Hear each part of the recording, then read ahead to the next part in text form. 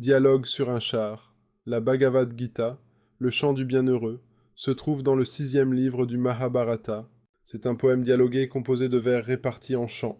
Il semblerait pouvoir être daté du 3e ou du 2e siècle avant notre ère. Dans ce texte qui est probablement le livre le plus célèbre de toute la littérature indienne, Krishna, incarnation de Vishnu, enseigne à Arjuna ses principes spirituels et la voie du salut dans les conditions difficiles de notre époque. Cet enseignement se fait sur un char le matin du premier jour de la grande guerre du Mahabharata. Krishna apparaît dans ce texte comme le cocher du char d'Arjuna, puis comme le parfait modèle du maître spirituel, et enfin comme le grand Dieu créateur, l'absolu incarné. Au moment où va commencer la bataille entre les deux clans de cousins, Arjuna, le guerrier parfait, se sent défaillir. Ne vaut-il pas mieux mourir que de tuer les siens?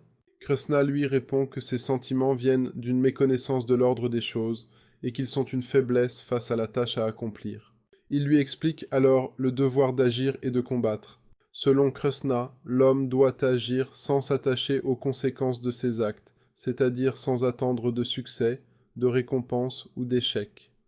Seule l'action sans désir est juste, conforme au dharma, l'ordre socio-cosmique, et compatible avec le renoncement qui mène à la libération.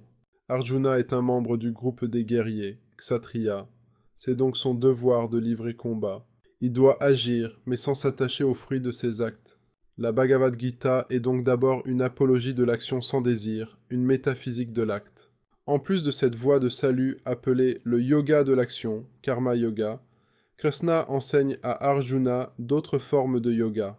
Le yoga de la connaissance, qui se pratique par la méditation et la discipline de la pensée, et le yoga de la dévotion, qui est considéré comme le moyen le plus efficace pour parvenir à la libération.